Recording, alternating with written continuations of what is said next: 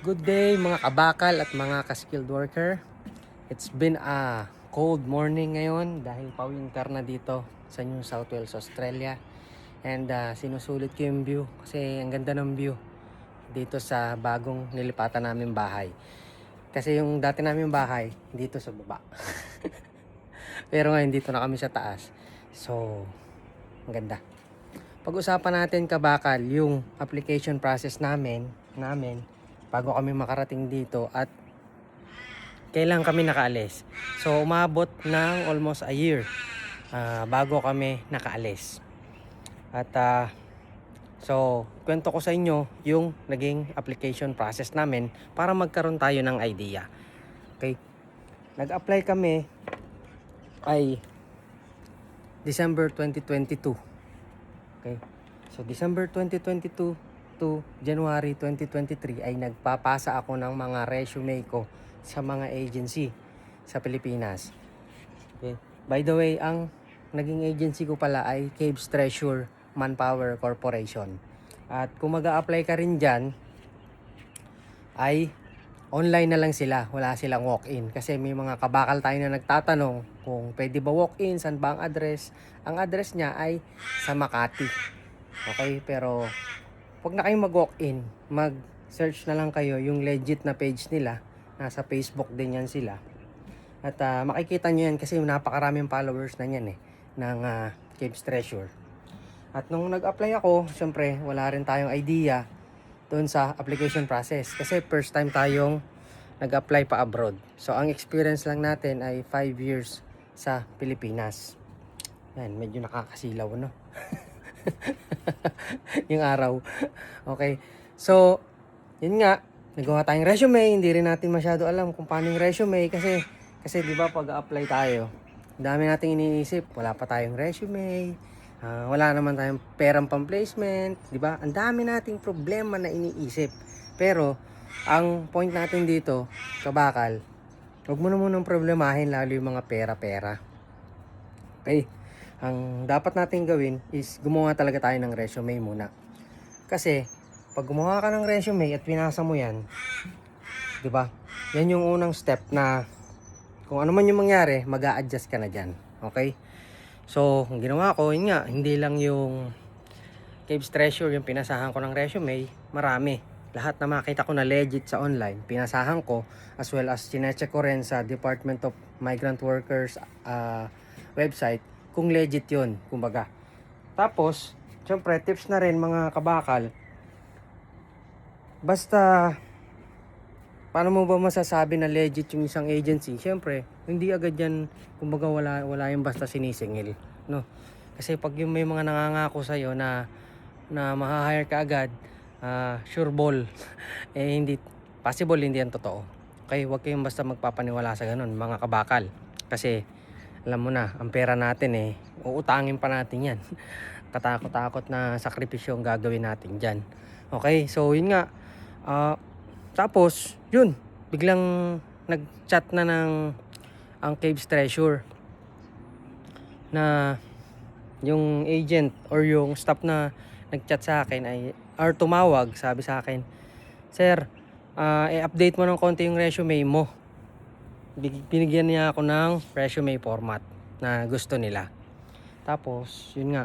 Tapos sabi, biglang nag-email na sila na may interview ng 2 days nun. 2 days. So, kinakabahan na ako kasi may interview na 'di ba? First time mo mag-apply pa abroad. So, ayan. Tapos, nung pagdating namin sa interview, about mga 40 kami siguro na nakapila doon. Nakita ko na agad kasi sa ground floor ay nakita ko na yung mga mag-a-apply din kasi nagtatanungan, dito ba yung pila ng ng apply? Hindi ganyan. Tapos nung pagpasok namin sa Caves Treasure, may konting orient yung staff, 'di ba? Parang konting-konti pakilala ng agency, ganyan-ganyan. Tapos ang employer natin ay si ganyan.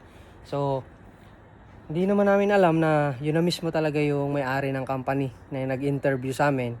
Tsaka yung isa pang Australiano na andun. So, in-interview kami, nag-screening muna yung staff ng Caves Treasure kasi tinitignan kung 5 years relevant experience mo. So, yun talaga, sinala nila na 5 years dapat or more. At para kasi ganun na talaga ang rules. Okay. So, pero yung iba, 'di ba, may nakalagay, sabi ko naman sa ibang video, 'di ba, 3 to 5 years relevant experience. Kasi may mga agency ako nakita na 3 years experience, tumatanggap na sila. At yung skills assessment na tinatawag na pag na-select ka na, may skills assessment kang pagdadaanan. Kung kagaya pa sa amin, yung first class welder skills assessment, 3 years relevant experience lang ang hinahanap doon. Okay? So, yun na nga, nung pag-apply namin, nakakakaba talaga ang interview. Pero, alam nyo, dun sa interview namin, inaral ko yung pwedeng mga itanong. Hindi naman sa scripted, di ba? Pero, halimbawa, ano ba yung mga ginagawa mo sa trabaho, di ba? Ano ba yung specialty mo? Ano ba yung kaya mong gawin? Yung mga ganyan. Kailangan medyo pinractice mo na yan sa English. Hindi man word for word. Teka, lamig. Lamig dito sa labas.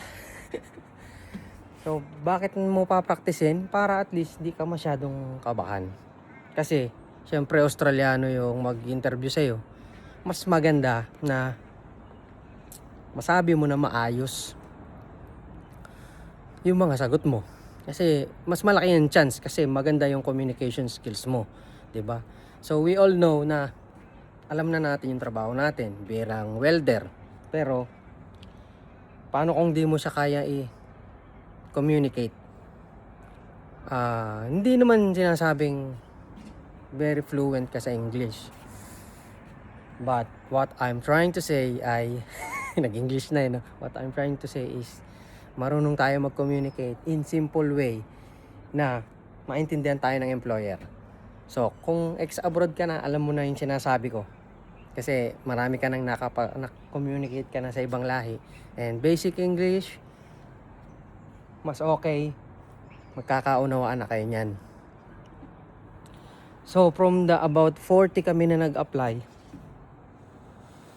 hindi naman namin alam agad kung ano yung result. Ang ginawa ko pala sa interview, ito tips to. Kasi napatawa ko yung employer. Kasi sabi, bakit ngayon ka lang nag-apply na welder? 'Di ba? O bakit mo gusto mo umalis ng bansa? So sabi ko, when we don't have a son yet, kasi may anak na ako my wife said, don't apply. But when we have my son, we already have a son, he always ask me, when will you apply? When will you apply? And then, yun, tumawa sila. Napatawa naman sila. So, yun. Tapos, nung kinahaponan na rin yun, lumabas na yung email na shortlist ako. Yun ang isa sa pinakamasaya na email na natanggap ko. Kasi, hindi ako maasa kasi ang dami namin. Tapos narinig mo pa yung mga kwentuhan ng mga naandun ay sobrang tagal na ng experience nila sa welding. Mga galing refinery, mga galing Japan, galing Middle East. So syempre minsan, panghinaan ka rin talaga ng loob, pero tuloy mo lang kasi hindi ka man mapili sa una, di ba? Baka sa pangalawa o pangatlo, pwede. Kasi ganun yung mga nakasabay ko Hindi lang isang apply yung napili. Yung nung maselect sila. Tapos, nung maselect kami, kinabukasan, trade test na. So, nakakakaba kasi hindi mo naman alam. Yan ang isa pa sa nakakakaba na sitwasyon. Kala mo okay na, di ba? Shortlist ka na. Tapos, pagdating sa trade test, yun. Eto na ang tricky dun sa naging trade test namin. Kasi MIG or TIG ang papatrade test sa amin. At pinapili lang kami. Pili ka, ano ka ba, MIG or TIG? So, syempre, minsan tricky, parang, MIG lang bang welding ko, o TIG, o dalawa, 'di ba? Para magpabibo ka sa employer, 'di ba? So, ako, hindi ako nagtitig. I'm a MIG welder, tsaka SMAW. Kasi wala naman SMAW Payo na rin yan sa mga kabakal natin MIG-TIG or FCOW talaga pag pa-Australia ka. Walang trade test na ISMAW. So yun, ang pinili ko ay MIG. Nagka-problema pa nga yung machine, di ba? Alam naman natin yan, minsan hindi naman perfect talaga yung mga machine. Ikaw na yung mag-a-adjust. I can say hindi maganda yung welding ko. Kumbaga hindi ako satisfied na 100% kasi nakita ko na agad yung mga hinang ng mga kasamahan ko. Andun kami, 13 nga pala kami na napili or 13 kami na shortlist. So hindi namin alam kung ilan ang pipiliin doon. Ngayon, yung 13 na yun, trade test kami, MIG lang yung akin. Medyo parang hindi pa ako satisfied. Tapos yung welding namin parang TESDA din ang nangyari. Pagkatapos ng welding mo, 'di ba? Hinanay namin din yung mga plate. Ano nga ang pangalan nung pinag-trade test namin? Sikat siya eh. Diyan sa may yung i-mention ko sa sa pin comment yung pinag-trade test namin ha. I-mention ko sa description. Aalalahanin ko lang. yung pagka-trade test namin, sabi ng nakilala ko doon, na taga Carmona, kasi malapit siya sa amin eh. Laguna ako sa Pilipinas. Pati ka lumapit sa akin, sabi niya, para na bigyan kita ng tip. Sabi ko wala, hindi na ako asa na mapili. Kasi medyo sumablay nga. Tapos, yung interview namin, yan. Yung interview namin, yan. Pagkatapos ng welding mo, tapos tinanong ka. Tapos sabi, bakit ganyan na naging welding mo? Tapos nagtanong pa sila about sa resume. So mahalaga yung nasa resume nyo, mga kabakal, ay dapat alam nyo. Kasi nagtatanong din sila about doon. Kagaya ng sabi, you have mentioned that you learn how to read blueprint, sabi sa akin. So medyo exaggerated yung pagkakalagay ko doon na blueprint yung nilagay ko, pero sabi ko that is a for fabrication and welding symbols, sabi ko. Tas okay naman sa employer. Tapos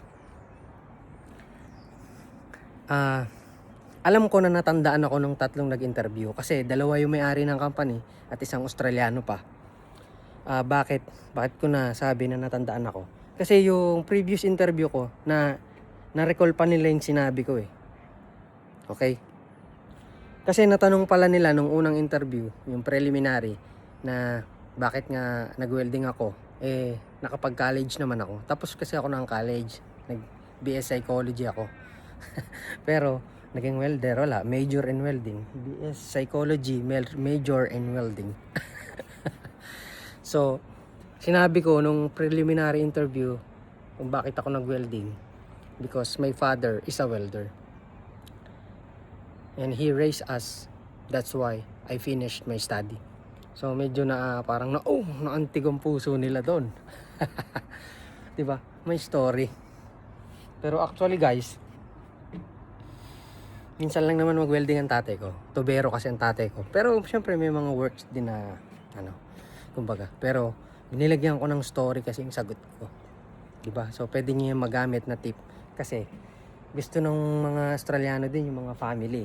Mga attached din sila pagdating sa mga family. Family oriented silang mga tao.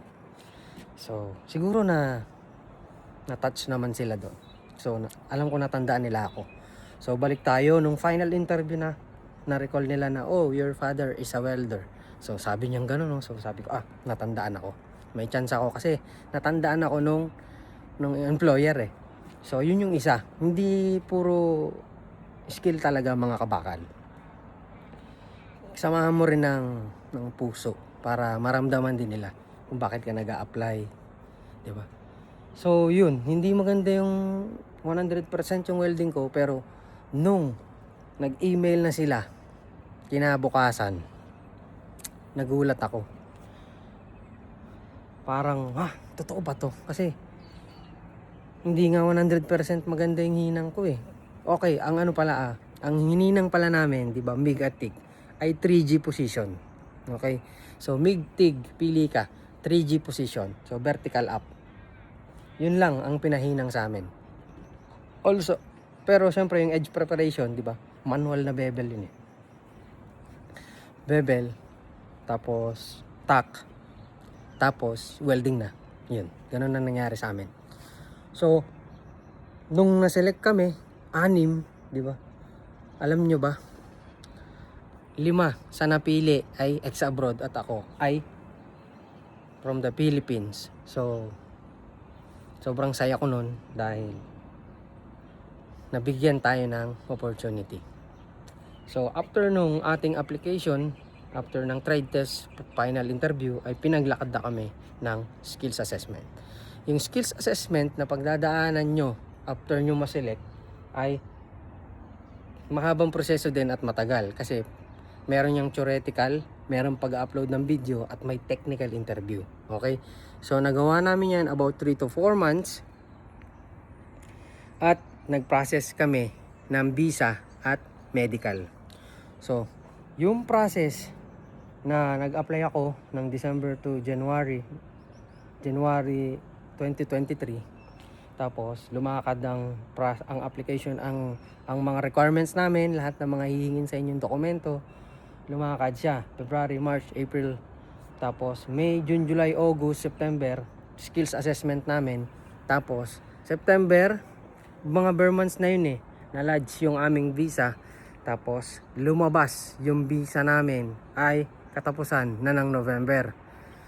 Tapos nag-flight kami ay December 2023. So it's a painful process na lagi ka nag-iisip, okay ba? Makakaalis pa ba? Ito na naman, may problema na naman, may skills assessment, di ko alam kung saan ako magbi-video. Hindi ko. So, ang dami mong pagdadaanan. Pero, ang payo ko sa inyo, step by step lang. Okay? So, kung ano yung nasa harap nyo ngayon, halimbawa, ang problema nyo ngayon, paano maggagawa ng resume at mag-a-apply, yun muna. Okay? So, after nun, may mga tatawag na sa'yo, kung may trade test na, yun, harapin mo yun. So, ibig sabihin, ang dapat lang malinaw yung goal mo na matatagalan ang proseso sa pag-apply. Hindi siya mabilisan. Kasi, ito pa, kung high school graduate ka, hindi yan, wala akong problema dyan. Pero kailangan mo pa ng English test. Either PTE or IELTS. So, PTE ang mas recommend ko sa inyo. Kasi, mas madali siya, I think, para sa mga ka-skilled worker natin. Yung Pearson's Test of English or PTE ay pagdadaanan mo kung high school graduate ka. Yung mga senior high graduate, ang alam ko, pwede na silang ma-exempted. Pero yung mga old curriculum ay pagdadaanan mo pa rin ang PTE. So, kung gusto nyo ng PTE pre-apps, may link ang English Charlie sa description. Pwede kayo dyan mag-view. So, may mga pre-mock test na rin sila dyan. At meron din silang coaching. Kayo na ang bahala kung gusto nyo i-avail. So, partner ko siya. Partners affiliate ako ng English Charlie. So, yun. It's been a year but it's fruitful. At nakaalis ako ng halos walang pera. Baka matanong nyo, bakit? Paano halos walang pera? Kasi nung lumabas na yung visa namin, yung skills assessment na babayaran, nag-lending ako. Tapos yung placement fee na babayaran, ay binabayaran namin yung dito weekly. Sa loob ng 8 months, weekly namin binayaran at nabayaran ko na lahat. So ngayon is 3rd year na namin dito at nakalodge na ang residency ng mag-ina ko. Ako, ang anak ko at ang asawa ko. So, it's a long journey but I can say it's worth it. Kaya mga kabakal, huwag niyong bitawan yung pangarap niyo dahil possible. Okay? See you on our next video.